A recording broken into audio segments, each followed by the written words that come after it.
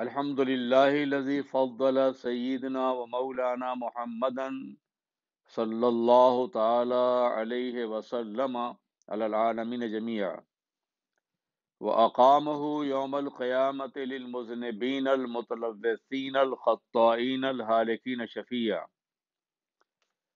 فصلى الله تعالى عليه وعلى كل من هو محبوب ومرضي لديه صلاة تبقى وتدوم بدوام الملك الحي القيوم ونشهد أن لا إله إلا الله وحده لا شريك له ونشهد أن سيدنا ومولانا محمدا عبده ورسوله أما بعد فأعوذ بالله من الشيطان الرجيم بسم الله الرحمن الرحيم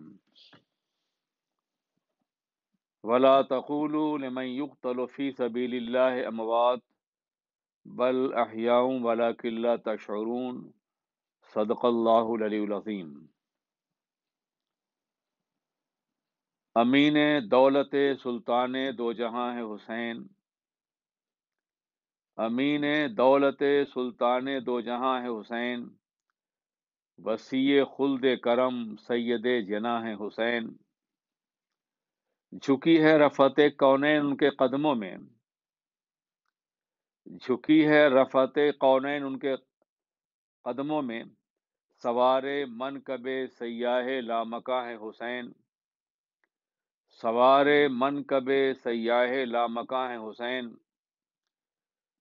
بوقت خطبہ جو باہوں میں مصطفیٰ کے رہے، بوقت خطبہ جو باہوں میں مصطفیٰ کے رہے، وہی خطاب مجسم وہی بیاں ہے حسین۔ بوقت سجدہ جو پشت رسول پر بیٹھے، بوقت سجدہ جو پشت رسول پہ بیٹھے، اسی طوالت سجدہ کے رازداں ہیں حسین۔ بڑھاؤ دست طلب دین و استقامت لو، بڑھاؤ دست طلب دین و استقامت لو، بڑے کریم سخی اور مہرباں ہیں حسین، بڑے کریم سخی اور مہرباں ہیں حسین۔ شعار راہ ہدا ہے ہر ایک قدم ان کا، شعار راہ ہدا ہے ہر ایک قدم ان کا، کہ راہ حق کے لیے دائمی نشاں ہے حسین۔ یزیدیوں کی ہے یلغار قوم مسلم پر، یزیدیوں کی ہے یلغار قوم مسلم پر، صدائیں دو ذرا دیکھو کہ اب کہاں ہے حسین، صدائیں دو ذرا دیکھو کہ اب کہاں ہے حسین۔ بڑا ہے غازہ رخ پھر عروس غازہ کا، بڑا ہے غازہ رخ پھر عروس غازہ کا، بڑھو مجاہدو جنت میں میزباں ہے حسین، بڑھو مجاہدو جنت میں میزباں ہے حسین۔ ہے انتظار میں بغداد و بوشنا شیشہ، ہے انتظار میں بغداد و بوسنا شیشہ، اٹھو کہ آج بھی سالار کارواں ہے حسین۔ ہے پھر امامت حقہ کی منتظر اقصا، ہے پھر امامت حقہ کی منتظر اقصا، قدم بڑھاؤ کہ پھر میرے غازیاں حسین۔ حیات نو کے طلبگاروں تبتے صحرا میں، حیات نو کے طلبگاروں تبتے صحرا میں، یقین جانو کہ رحمت کے صاحبہ ہیں حسین۔ افاغنا نہ ڈریں وقت کے یزیدوں سے، کہ ظالموں کے لیے مرگ بے ماں ہے حسین۔ ذرا نہ خوف کریں دشت ظلم کے رہرو، ذرا نہ خوف کریں دشت ظلم کے رہرو، کہ ان کے واسطے اللہ کی اما ہے حسین۔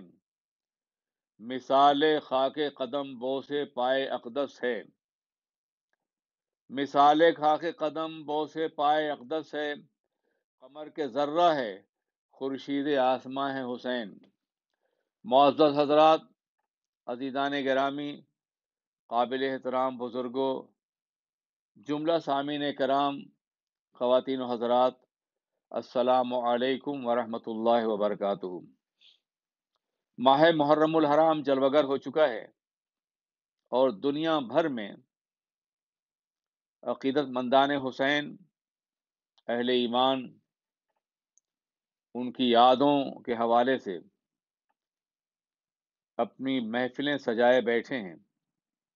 آج ہم بھی انہی کی بارگاہ میں حاضر ہیں اور فلسفہ شہادت کے حوالے سے کچھ کہنے کا شرف حاصل کریں گے۔ شہادت کے واقعات تو آپ نے تفصیل سے سنے ہوں گے اور اتنی بار سنے ہوں گے کہ یقیناً آپ کے حافظے میں اس کی تمام جزیات محفوظ ہوں گی۔ لیکن شہادت کیوں ہوئی تھی؟ شہادت کا پس منظر کیا تھا؟ یہ شہادت عظمیٰ نہ ہوتی تو کیا ہوتا؟ کیا یہ اتفاقی حادثہ تھا یا مشیت کا ایک فیصلہ تھا؟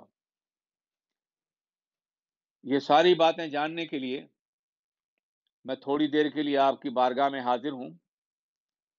خدا کرے کہ امام حسین رضی اللہ تعالی عنہ ہم سب کی حاضری و قبول فرما لیں۔ حضرات گرامی، آج سے 1400 سال پہلے کم و بیش میدان کربلا میں نینوا کی سرزمین پر ایک المیہ پیش آیا تھا، ایک ایسی ٹریجڈی جس کی مثال دنیا کی تاریخ میں کہیں اور نہیں ملتی، جہاں میدان جہاد میں یا میدان جنگ میں اتفاقاً قربان ہونے والے لوگ نہیں تھے، بلکہ شہادت گاہ الفت میں خود آگے بڑھ کر کے جانوں کا نذرانہ پیش کر رہے تھے۔ حضرات، کبھی آپ نے سوچا کہ 1400 سال گزر جانے کے بعد بھی واقعات حسین آج بھی دہرائے جاتے ہیں؟ کربلا کی شہادت کا تذکرہ آج بھی ہوتا ہے؟ آج بھی ایسا لگتا ہے کہ خیمہ حسین نہر فرات کے کنارے نصب ہے، اور آج بھی خیمہ حسین سے صدائے تکبیر بلند ہوتی ہوئی نظر آ رہی ہے، اور آج بھی نگانے فرات ہماری نگاہوں کے سامنے ہیں، اور آج بھی ایسا لگتا ہے کہ عباس کا بازو کٹا ہوا ہے اور مشکیزہ ان کے دانتوں میں ہے۔ آج بھی ایسا لگتا ہے کہ امام حسین کا سر نیزے بلند ہے اور میدان کربلا میں خدائے وحدہ قدوس کی توحید کی گواہی دے رہا ہے۔ آج بھی یہ واقعات اتنے تازہ کیوں لگتے ہیں؟ دنیا میں ہمیشہ یہ ہوتا رہا ہے کہ جب بھی کوئی واقعہ پیش آتا ہے تو کچھ دنوں تک دنیا ماتم کرتی ہے، غم مناتی ہے، واقعات کو محفوظ رکھتی ہے، تذکرہ ہوتا ہے، اور پھر لوگ بھول جاتے ہیں۔ Time is a great healer. زمانہ زخموں کو بہت جلد بھر دیتا ہے۔ واقعات کربلا کے بعد بھی تاریخ اسلام میں بہت سے دردناک واقعات پیش آئے ہیں، لیکن اب یا تو وہ تاریخ کے اوراق میں محفوظ ہیں یا ان کے کچھ آثار میوزیم کی زینت بنے ہوئے ہیں۔ ذہنوں میں، دماغوں میں ان کے اثرات محفوظ نہیں ہیں۔ نہ قلب ان کی یادوں میں دھڑکتے ہیں، نہ مژگاں پر ان کی یادوں کی نمی پائی جاتی ہے، اور نہ لبوں پر اضطراب کی کیفیت نمودار ہوتی ہے۔ لیکن 1400 سال گزر جانے کے بعد بھی واقعات کربلا ایسا لگ رہا ہے کہ ابھی کل پیش آیا ہے، یا ہماری نگاہوں کے سامنے یہ واقعات پیش آئے ہیں۔ حضرات، اس کی وجہ کیا ہے؟ اس کی وجہ جان لینے کے بعد آپ پورے فلسفہ شہادت کو بڑی آسانی کے ساتھ سمجھ سکیں گے۔ حضرات، واقعات کی تاریخ میں آپ کو کربلا کے بعد بہت سے دردناک واقعات پیش آئیں گے۔ اجتماعی بھی اور انفرادی بھی. کیا اسپین میں مسلمانوں کا زوال اور ان کی شہادتیں معمولی واقعات میں سے ہیں؟ تاریخ بھول گئی ہے ان لمحات کو جب اسپین کے میدان میں، غرناطہ کے میدان میں 8,000 بچوں کو میدان میں کھڑا کیا گیا تھا، ننھے بچوں کو جن کا کوئی قصور نہیں تھا، اور قصور تو مسلمانوں کا بھی نہیں تھا. ان کا قصور صرف یہ تھا کہ وہ آپس میں لڑنے لگے تھے، ورنہ کوئی اور قصور نہیں تھا. اختلاف پیدا ہو گیا تھا، مختلف طرح کے نعرے بلند ہو رہے تھے، تم عربی ہو، تم غیر عربی ہو، اس طرح کے نعرے. تقسیم کر دیا تھا وہاں کے مسلمانوں کو ان کے اختلافات نے. اس کے علاوہ کوئی اور جرم نہیں تھا ان کا. اور پھر آپ نے دیکھا کہ فرڈیننڈ نے مسلمانوں کی اینٹ سے اینٹ بجا دی، اور جب بڑے لوگوں کو قتل کرنے کے بعد، بالغوں کو، باشعور افراد کو، یا جلانے کے بعد، یا دریا برد کرنے کے بعد چھوٹے چھوٹے ننھے ننھے بچے رہ گئے، تو حکم دیا گیا کہ انہیں گھوڑوں کی ٹاپوں سے رونٹ ڈالو. ہم سانپوں کو ختم کرنے کے بعد سپولوں کو زندہ نہیں رکھنا چاہتے، یہ بڑے ہونے کے بعد انتقام لیں گے. کیا ان ماؤں کی کراہیں اور درد کی وہ کیفیات آج بھی ذہنوں محفوظ ہیں جب 8,000 بچوں کو گھوڑوں کی ٹاپوں کے نیچے کچل کے رکھ دیا گیا تھا؟ کیا وہ چیخیں، وہ کراہیں آج کہیں محفوظ ہیں؟ لوگ بھول چکے ہیں اس واقعے کو. لوگ صرف غرناطہ دیکھنے جاتے ہیں، اشبیلیا کی دیواریں دیکھتے ہیں، مگر وہاں کی دردناک کہانی لوگوں کے ذہنوں میں محفوظ نہیں ہے. حضرات گرامی، اس طرح کے بے شمار واقعات ہیں. کیا بغداد کی تباہی لوگوں کی نگاہوں کے سامنے نہیں ہے کہ جب ہلاکو اور چنگیز کی فوجوں نے بغداد کو تباہ کیا تو عالم یہ تھا کہ کوئی بھی مسلمان زندہ نہ رہنے پائے. عالم یہ تھا کہ 1 مہینے تک دریائے دجلہ میں مسلمانوں کے خون کی سرخی بہتی رہی، اور جب یہ سرخی کم ہوئی تو کتابوں کی سیاہی. وہ سارے کتب خانے دجلہ میں ڈبو دیے گئے جو ہمارا سب سے بڑا سرمایہ تھے، جو ہمیں دوبارہ زندگی دے سکتے تھے. حضرات گرامی، سعدی علیہ الرحمٰ نے ایک مرثیہ لکھا تھا اس زمانے میں: آسماں را حق بود گر خون ببارت بر زمین، بر سقوط ملک مستعصم امیر المومنین. لیکن وہ مرثیہ بھی نہیں اور وہ مناظر بھی ہمارے سامنے نہیں ہیں.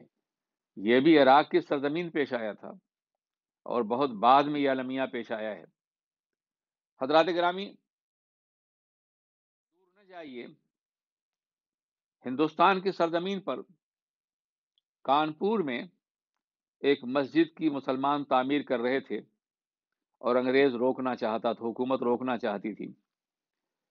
مسلمان حق پر تھے، انہیں مسجد بنانے کا حق تھا، مگر حکومت بنانے نہیں دینا چاہتی تھی.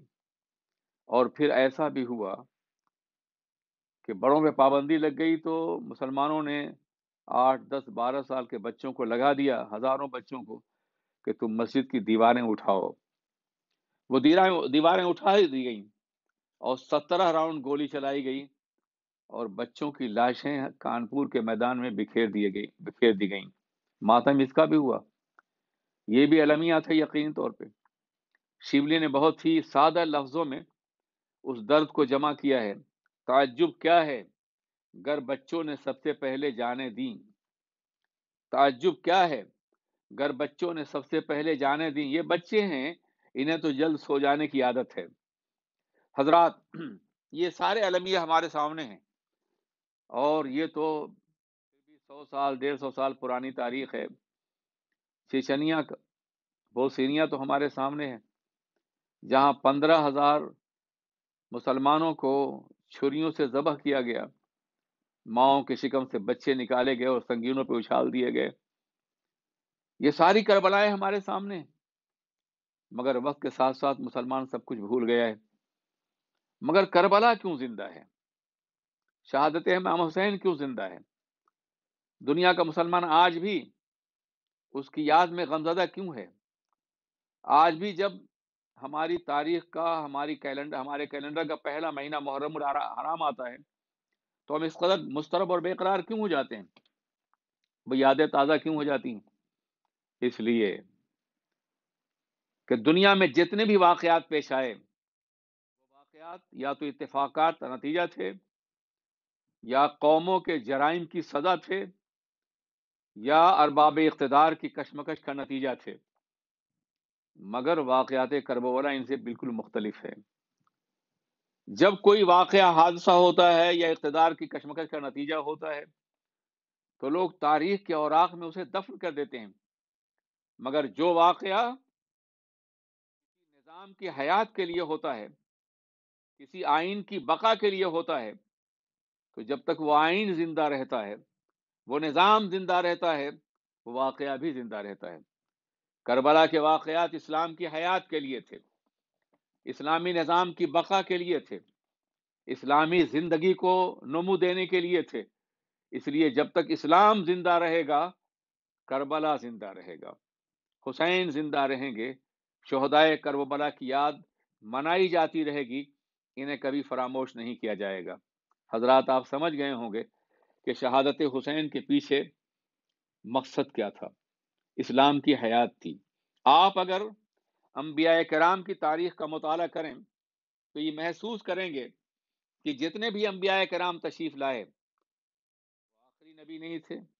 ان کی نبوتیں محدود زمانے کے لیے تھیں، محدود طبقے کے لیے تھیں، محدود گروہ کے لیے تھیں، محدود قوم کے لیے تھیں، اور اس کے ساتھ ساتھ ایک صدی کے اندر اندر ان کی نبوتوں کے آثار مٹ گئے، کتابیں باضابطہ طور پر مٹا دی گئیں، محرف کر دی گئیں، آثار و نقوش مٹا دیے گئے، اور اکثر یہ ہوا ہے کہ انبیاء کرام کی تعلیمات کو محو کرنے اور مٹانے میں وقت کے کسی بادشاہ اور جابر کا ہاتھ رہا ہے۔ اس لیے کہ دنیا کے بادشاہ یہ کبھی گوارا نہیں کرتے کہ اپنے کو حق و باطل کے معیار پہ اتارنے کی کوشش کریں۔ وہ اپنی زندگی کو عیاشیوں اور تفریحات میں مبتلا کرنا چاہتے ہیں، اور شریعت کی پابندیاں انہیں ناگوار گزرتی ہیں۔ یا تو وہ شریعت میں تحریف کرنا چاہتے ہیں یا شریعت کو مٹا دینا چاہتے ہیں۔ آپ انبیاء کرام کی تاریخ دیکھیے، مگر ان تمام انبیاء کرام کی شریعتوں کو محفوظ اس لیے نہیں رکھا گیا کہ ایک آخری شریعت جلوگر ہونے والی تھی جو قیامت تک کے لیے تھی، جو تمام شرائع اور تمام قوانین کا مجموعہ تھی، جس میں توریت بھی، انجیل بھی، زبور بھی، صحائف سلیمان و ابراہیم بھی، سبھی کچھ موجود تھے۔ قرآن عظیم کا نزول آخری کتاب کی حیثیت سے ہونے والا تھا، اور سرور کائنات آخری نبی کی حیثیت سے آنے والے تھے، کسی محدود قوم کے لیے نہیں، کسی محدود طبقے کے لیے نہیں، کسی محدود جماعت کے لیے نہیں، بلکہ ساری انسانیت کے لیے، بلکہ انٹائر یونیورس کے لیے، پوری کائنات کے لیے ان کی نبوت مطلقہ اور سعادت عامہ عام تھی، آخری نبی۔ اس لیے ان کی کتاب بھی محفوظ کی گئی، ان کی حیات بھی محفوظ کی گئی، اور اسلام کو محفوظ کرنے کے لیے شہداء کے خون کی سرخیاں بھی نمایاں کی گئیں۔ حضرات گرامی، جناب موسیٰ کی شریعت اس لیے محفوظ نہیں رہی کہ ان میں کوئی حسین نہیں تھا۔ جناب عیسیٰ کی شریعت اس لیے محفوظ نہیں رہی کہ ان میں کوئی حسین نہیں تھا، نہ کوئی کربلا تھا، مگر رسول پاک کی شریعت قیامت تک اس لیے محفوظ رہے گی کہ جہاں ایک طرف قرآن کی حفاظت اللہ نے کی، سیرت مصطفیٰ کی حفاظت حدیث مبارکہ نے کی، اسی طریقے سے نظام مصطفیٰ کی حفاظت کے لیے حسین نے قربانی دی، ان کی آل نے قربانی دی۔ یہ ایک عظیم قربانی تھی ایک پورے نظام کے لیے، ایک پوری زندگی کے لیے۔ یہ اشعار جناب خواجہ اعظم کی طرف منسوب ہیں، اختلاف ہے لوگوں کا یہ ان کے اشعار ہیں یا نہیں ہیں، لیکن اشعار کی روح سے آپ انکار نہیں کر سکتے، نہ اس کی مقصدیت سے۔ شاہست حسین، بادشاہست حسین، دینست حسین، دی پناہ ہست حسین، سرداد نداد در دست یزید، حقا کے بنا لا الہ ہست حسین۔ حسین شاہ ہیں شاہوں کے بادشاہ حسین، حسین دین ہیں اور دین کی پناہ حسین، کہ سر دیا نہ دیا ہاتھ میں یزید کے ہاتھ، یہ بات حق ایک بنیاد لا الہ ہیں حسین۔ حضرات گرامی، انہیں احساس لا الہ کہا گیا۔ وہ لوگ جو شریعت کے مزاج سے آشنا نہیں ہیں یا فلسفہ کربلا سے واقف نہیں ہیں، انہیں اعتراض ہے، لیکن میں عرض کرنا چاہتا ہوں ذرا سوچئے۔ اسلام کی بنیاد کلمہ شہادت پر ہے۔ کلمہ شہادت دراصل دو جملوں کا مجموعہ نہیں ہے، بلکہ ایک نظام حامل ہے، پورے نظام کا۔ کلمہ شہادت پڑھنے والا دراصل عہد کرتا ہے، وعدہ کرتا ہے کہ ہم پورے نظام اسلامی کو تسلیم کریں گے۔ اس لیے کلمہ شہادت کے ذریعے انسان اسلام کو قبول کرتا ہے۔ اور پھر کلمہ شہادت تو دراصل شہادت حقیقی ہی کا نام ہے نا۔ یہ شہادت گہ الفت میں قدم رکھنا ہے۔ لوگ آسان سمجھتے ہیں مسلمان ہونا۔ چمی گویم مسلمانم بلرزم، چمی گویم مسلمانم بلرزم، کہ دانم مشکلات لا الہ را۔ اگر آپ کلمہ شہادت کے تقاضوں کو، اس کے مطالبات کو دیکھنا چاہیں تو میدان کربلا کو دیکھیے، امام حسین کی مقدس زندگی دیکھیے۔ اللہ کے رسول تاجدار دو عالم نے شہادت کا نظام قائم فرمایا، کلمہ شہادت کے ذریعے سے ایک نیا نظام برپا کیا، عدل کی بنیاد پر، انصاف کی بنیاد پر، برائیوں کے خاتمے کی بنیاد پر، ایک ایسے معاشرے کی بنیاد پر جو معاشرہ صلح و آشتی کا معاشرہ ہو، جس معاشرے میں کوئی ظلم نہ ہو، جس معاشرے میں کوئی زیادتی نہ ہو، جس معاشرے میں کوئی انسان کسی انسان کے حق کو نہ مار سکے، جس معاشرے کی بنیادیں اس نظام زندگی پر استوار کی گئی ہوں جو قرآن پاک لے کر کے جلوگر ہوا تھا۔ وہ معاشرہ ایک عظیم معاشرہ جو اللہ کے رسول نے برپا کیا تھا، عزیزان ملت اسلامیہ، اور پھر اس کے لیے کتنی قربانیاں دی گئی تھیں۔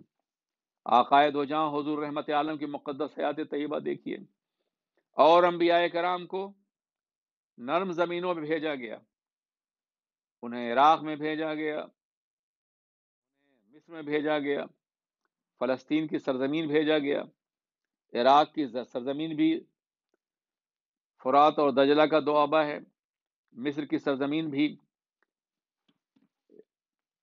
بڑی نرم زمین ہے، فلسطین کی سرزمین بھی پھولوں کی، نکھتوں کی اور بہاروں کی سرزمین ہے، پھلوں کی سرزمین ہے۔ مگر آخری نبی، تاجدار ختم نبوت، سرور کائنات کو جس زمین میں بھیجا گیا وہ زمین بڑی سخت تھی، زمین بھی پتھر کی تھی، دیوانیں پتھر کی تھیں، پہاڑ پتھر کے تھے، دل بھی پتھر کے تھے، ہاتھوں میں پتھر تھے، معبود بھی پتھر کے تھے، بندے بھی پتھر کے تھے۔ پتھروں کی سرزمین پر آقائے دو جہاں کو حکم دیا گیا تھا کہ محبوب، ان پتھروں کو لالہ کا جگر دینا ہے، ان پتھروں کو درد دل دینا ہے، ان پتھروں کو آہ صبحگاہی دینا ہے، ان پتھروں کو نالہ نیم شبی دینا ہے، ان پتھروں کو مزاج بندگی دینا ہے، ان پتھروں کو عدل کا شعور دینا ہے، ان پتھروں کو انصاف کا مزاج دینا ہے، ان پتھروں کو ستاروں کی تابندگی دینی ہے، ان پتھروں کو آئینہ بندی کا مزاج دینا ہے۔ اور آپ نے دیکھا کہ 23 سال کی مدت میں اللہ کے رسول نے ان پتھروں کو اٹھایا اور آسمان کے ستاروں سے بلند کر دیا۔ وہ دور جہل و غباوت کے دل نما پتھر، وہ دور جہل و بغاوت کے دل نما پتھر نبی سے ملتے رہے، آئینوں میں ڈھلتے رہے۔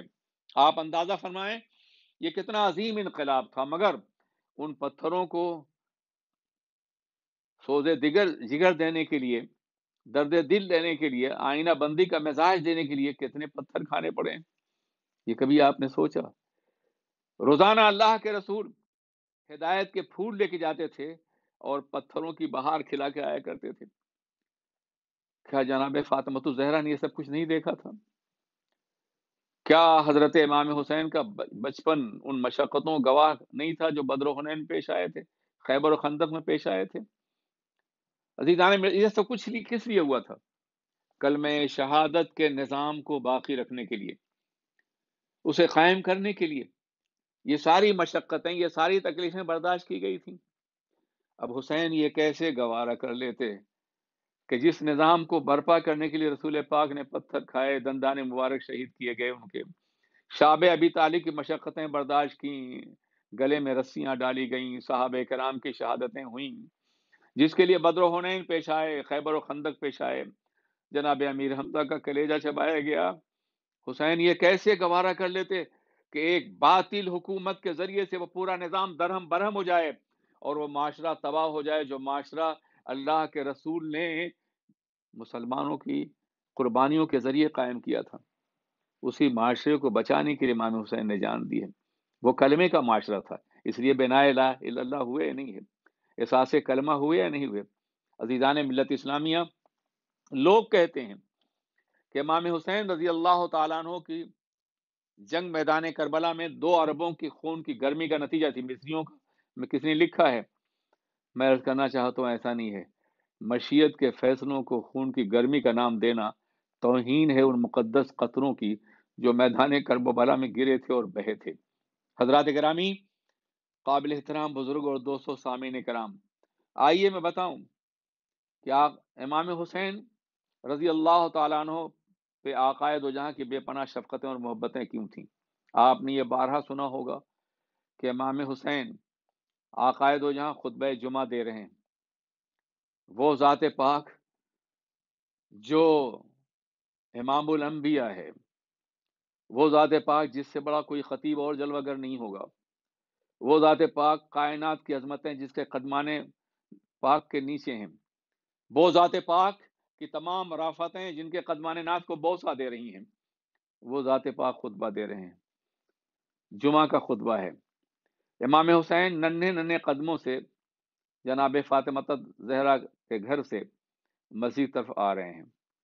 حضرات گرامی، آقا نے دیکھا، خود آگے بڑھے اور امام حسین کو سینے سے لگایا اور خطبہ اس حالت میں دیا کہ امام حسین سینے سے لگے ہوئے تھے۔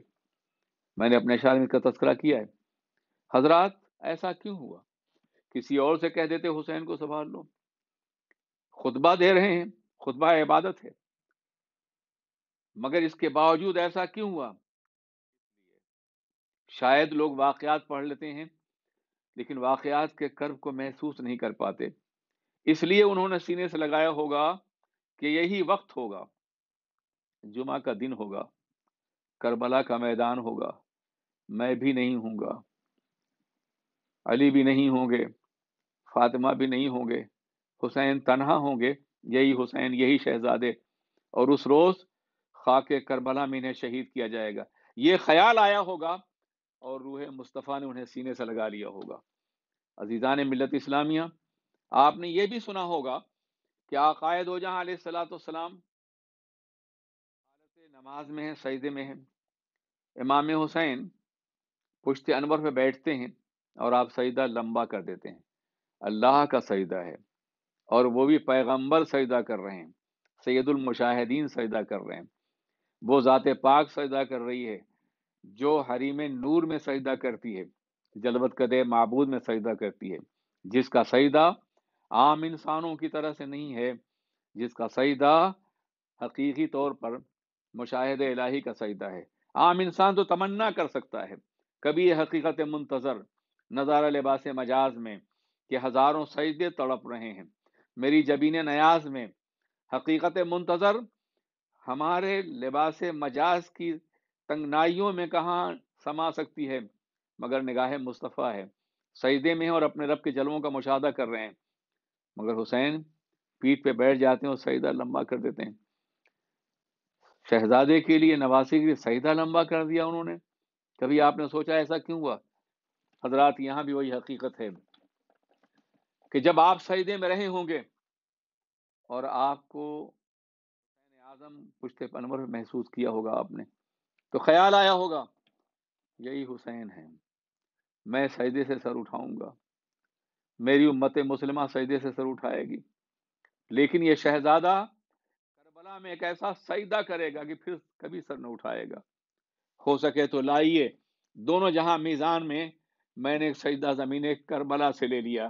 یہی خیال آیا ہوگا اور ان کے لیے سجدہ طویل کر دیا گیا ہوگا، اور دنیا کو یہ بتانا بھی میں مقصود ہوگا، لوگوں رسول پاک نے تو اپنے نواسے کو پشت انور سے گرتا ہوا نہیں دیکھا، مگر وہ کیسے ظالم لوگ تھے، ان کو گھوڑے سے گرایا اور لاش مبارک کی بے حرمتی کی. یہ احساس آپ کہو گی یہ انہیں کیسے معلوم تھا؟ تمہیں معلوم نہ ہو، ہمیں معلوم تھا کہ انہیں معلوم تھا. اپنے اپنے انداز فکر کی بات ہے اور اپنے اپنے عقیدے کی بات ہے. معلوم بھی تھا اور معلوم کرایا بھی گیا تھا، بتایا بھی گیا تھا کہ یہ شہزادے شہید کیے جائیں گے. اللہ کے رسول تاجدار دو عالم حلقوں میں اطہر کا بوسہ دیتے ہیں حسین کے. لوگ کہتے ہیں حضور بچوں کی پیشانی اور رخسار پہ بوسہ دیا تھا، آپ حلقوم پر کہا. ہاں، ایک روز یہ قتیل جور و جفا ہوگا، یہ شہزادہ یہاں زخم کھائے گا. آپ اندازہ کریں، گود میں جناب فاطمہ زہرا کا لخت جگر ہے اور آپ کی آنکھوں میں آنسو ہیں. حضور آپ رو رہے ہیں، یہ تو خوشی کا موقع ہے. کہا ہاں، انہیں شہادت کے لیے منتخب کیا گیا ہے. عزیزان ملت اسلامیہ، امام حسین کی شہادت صرف اہل بیت میں نہیں بلکہ بعض صحابہ میں بھی معروف تھی. چنانچہ حضرت ابو ہریرہ جو رازدار مصطفیٰ ہیں، جو خود فرماتے ہیں کہ اگر میں وہ سب کچھ بتا دوں جو میرے آقا نے میرے سینے منتقل کیا ہے تو تم یقیناً میری حلق کاٹ دو. وہ جناب ابو ہریرہ فرماتے ہیں اللہم انی اعوذ بک من راس الستین و امارت السبیان، اے اللہ میں تیری پناہ لیتا ہوں 60 کے آغاز سے اور لڑکوں کی حکومت سے. 60 کا آغاز ہی تو تھا نا جب یزید پر سے اقتدار آیا اور امام حسین شہید ہوئے. انہیں معلوم تھا کہ یہ سب کچھ ہوگا، میں کیسے برداشت کر سکوں گا. اس لیے انہوں نے پہلے ہی اپنی زندگی کے آخری ایام طلب کر لیے اور اس سے پہلے ان کا وصال ہو گیا. صحابہ کرام بھی جانتے تھے. جناب ام سلمہ رضی اللہ تعالیٰ عنہ کو اللہ کے رسول نے ایک مٹی دی تھی خاک کربلا سے اور کہا کہ یہ مٹی جس روز سرخ ہو جائے اس روز حسین شہید کر دیے جائیں گے. آپ اندازہ کریں کہ اللہ کے رسول کو یہ بھی معلوم تھا کہ وہ شہید کیے جائیں گے، یہ معلوم تھا کہاں شہید کیے جائیں گے، اور یہ بھی معلوم تھا کہ امہات المومنین کون اس وقت زندہ ہوں گے. اس لیے آپ نے ان کے حوالے کی مٹی، اور جب وہ شہید ہوئے تو مدینے میں بغیر کسی کربلا کی آئی ہوئی خبر کے جناب ام سلمہ نے کہا تھا آج شہزادہ شہید ہو گیا ہے.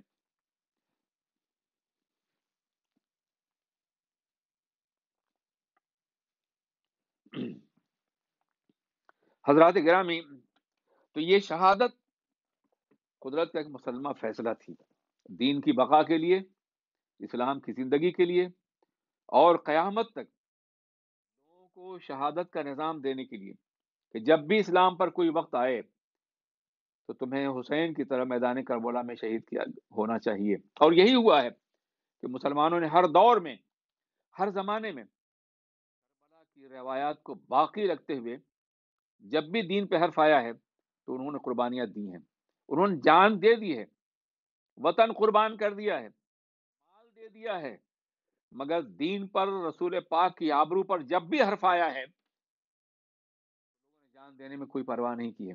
اور آج بھی یہ جذبہ زندہ ہے، آج بھی یہ قوت زندہ ہے. اگر امام حسین کی شہادت نہ ہوتی، کربلا کے شہداء کا واقعہ نہ ہوتا تو یقیناً یہ شہادت یقینی طور پر حیات دین کی سب سے بڑی گواہ ہے اور سب سے بڑا ذریعہ ہے. حضرات گرامی، ایک سوال پیدا ہوتا ہے، میں اس کا بھی جواب دیتا جاؤں. یقیناً اس 10 روز میں آپ علماء سے واقعات کربلا و تفصیل سے سنیں گے. سوال یہ پیدا ہوتا ہے کہ امام حسین کے بارے میں جب اللہ کے رسول جانتے تھے کہ وہ شہید ہوں گے، جناب فاطمہ جانتی تھیں کہ وہ شہید ہوں گے، تو دعا کیوں نہیں فرما دی؟ جن کی نظر اٹھنے سے قبلہ بدل جاتا ہے، اگر وہ ہاتھ اٹھا دیتے تو کیا یہ واقعہ پیش آتا؟ کیا یہ المیہ پیش آتا؟ کیا اس قدر بے کسی کے عالم میں یہ سبھی لوگ شہید کیے جاتے؟ میں عرض کرنا چاہتا ہوں حضرات، ایک استاد سے پوچھئے جو کلاس میں اپنے بچوں کو انتہائی محبت سے پڑھاتا ہے، ان کے سوالوں کا جواب دیتا ہے، ان کو باضابطہ امتحان کے لیے تیار کرتا ہے، لیکن جب وہ میدان امتحان میں اترتا ہے، امتحان گاہ میں، تو پھر استاذ کوئی مدد نہیں کرتا، نہ استاد مدد کرتا ہے اور نہ شاگرد مدد چاہتا ہے۔ وہاں تو استاذ کی تعلیم کا امتحان ہوتا ہے، استاذ کی محنت کا امتحان ہوتا ہے۔ امام حسین کو پالا ہی گیا تھا میدان کربلا میں امتحان دینے کے لیے، انہیں کاندھے بٹھالا گیا تھا، سینے اطہر سے لگایا گیا تھا، جنت کے نوجوانوں کا سردار قرار دیا گیا تھا، انہیں سونگا گیا تھا، ان کی خوشبو کو محسوس کیا گیا تھا۔ یہ سب کچھ اس لیے تھا کہ یہ تربیت تھی، یہ تعلیم گاہ مصطفیٰ میں تعلیم دی جا رہی تھی میدان کربلا میں اترنے کے لیے۔ تو ظاہر ہے کہ یہ استاذ کی توہین ہے کہ جب شاگرد میدان امتحان میں اترے تو اس کی مدد کی جائے۔ ہاں، دعا ضرور کی جاتی ہے، چنانچہ ایسا ہوا ہے کہ جب میدان کربلا میں امام حسین، وہ رات جس میں کہ آخری رات تھی، اور اس سے پہلے بھی امام حسین نے دیکھا کہ سرکار تشریف لائے ہیں، سینے سے لگایا اور فرمایا ہے اللہم آتی الحسین صبر و اجرا، اے اللہ حسین کو صبر عطا فرما، اجر عطا فرما، یہ امتحان گاہ میں اترنے والے ہیں، انہیں امتحان میں کامیاب فرما، کہیں بھی ان کے ثبات قدم میں لغزش نہ آنے پائے۔ یہ دعا ضرور ہونے کی، لیکن وہ تو امتحان کے لیے تیار ہی کیے گئے تھے۔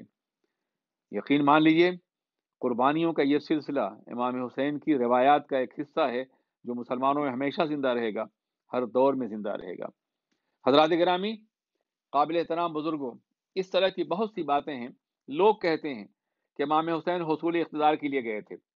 میں عرض کرنا چاہتا ہوں، تاریخ کربلا پڑھی نہیں ہے لوگوں نے، جانتے نہیں کہ اقتدار کے حصول کے لوگ جاتے ہیں، ان کا انداز کیا ہوتا ہے۔